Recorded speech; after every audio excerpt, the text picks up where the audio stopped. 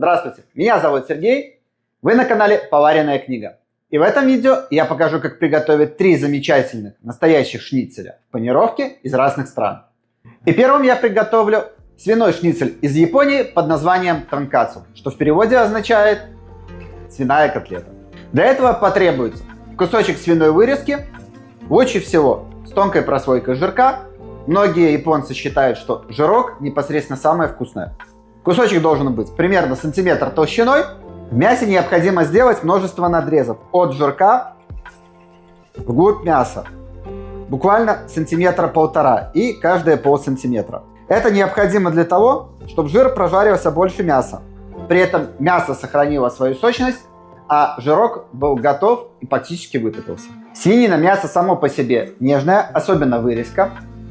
В данном случае делать его тонким и отбивать сильно не надо. Просто слегка отбить обратной стороной ножа, для того, чтобы разбить особо крупные волокна. Блюдо это возникло в Японии в конце 19 века по мотивам европейской кухни. Поэтому панировка вполне стандартная европейская. Первым этапом идет мука, потом обваливаем в пробитом яйце, а вот третий слой не совсем обычный. Это японская панировка панка. Это что-то вроде теста жидкого для макарон, прожаренного мелкими хлопьями в масле. Мясо слегка присолить, обвалять в муке. Теперь в яйцо и в панка. И поскольку кусочек довольно толстый, обжариваем 5 минут в большом количестве растительного масла. Для обжарки лучше всего использовать фритюр, но за неимением лучше всего использовать вок. У него узкое дно, что позволяет уменьшить количество использованного масла, а также широкие борта, которые уловят всевозможные всплески и брызги и не дадут расплескаться маслу по всей кухне.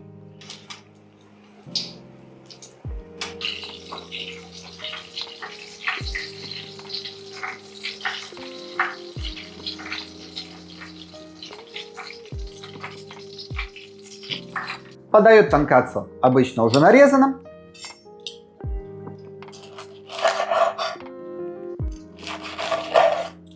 С нашинкованной капустой и рисом, ну или в моем случае просто капуста.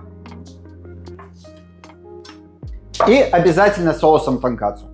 Если вы его вдруг в магазине не нашли, самая простая его замена это 1 часть кетчупа, 1 часть вустерширского соуса и немного сахара. Все перемешать и в принципе уже почти соус тонкацу. Но вкусный рецепт соуса тонкацу готовится не так уж долго. Все ингредиенты я перечислил в описании, а приготовление его крайне простое. Все ингредиенты закинули в блендер, перемешали и проварили буквально 10 минут кипения. После того, как соус прокипел, его остужаем и он готов. Получается крайне вкусно, сразу сладко, потом кисло и при этом все очень пряно и ароматно. Тонкацу готов.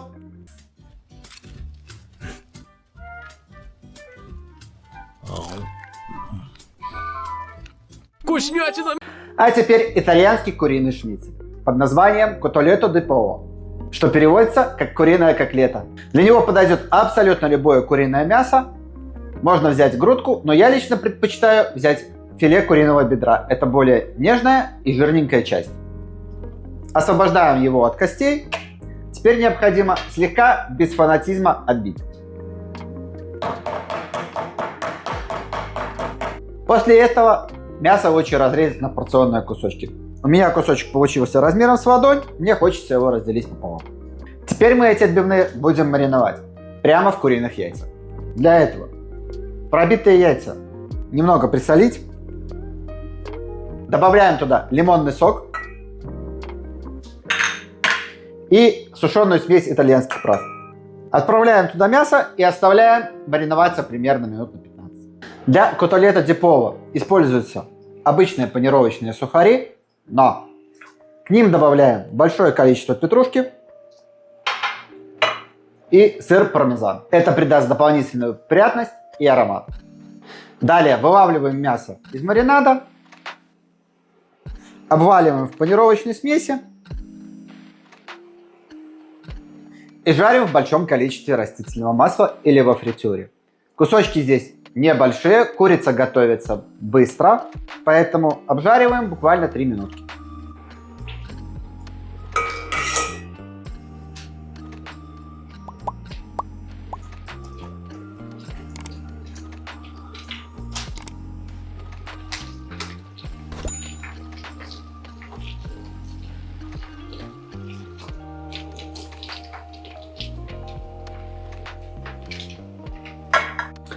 Подавать лучше всего с салатом. Все итальяноязычные источники твердят, что самый лучший вариант – это томатный салат. Но когда в середине января вкусные, спелые, сладкие помидоры дороже золота, салат из зелени с соусом цезарь и чуточкой пармезана подойдет просто идеально. Курочка получается круче, чем в KFC. А теперь признанный мировой кулинарный шедевр родом из Австрии – венский шницель. И в Австрии его готовят и исключительно из молочной телятины. Хоть его и на территории Германии готовят из любого мяса, в Австрии этот шницель уже будет называться по-другому. Поэтому венский шницель в Австрии считают только шницель из молочной телятины. Лучше всего подходит вырезка. Вам необходим кусочек, опять же, сантиметр толщиной. И его будет необходимо отбить до 3-5 мм толщиной. В моем случае мясники уже немного постарались, отбили его на специальной машине. Я все равно еще немного пройдусь молотком. Особенность венского шницеля в том, что он и должен быть вот таким вот огромным. Но в моем случае он мне просто не влезет на сковородку. Поэтому я его разделю пополам. Немного соли, немного черного перца. С обратной стороны то же самое. Телятина сама по себе очень нежная, но я так мясо оставлю буквально на 5 минут, чтобы соль хоть немножко впиталась. А пока разогрею огромное количество сливочного масла. А далее классическая панировка европейской кухни. Мука, яйцо и панировочные сухари. И жарим буквально по 2-3 минутки с каждой стороны.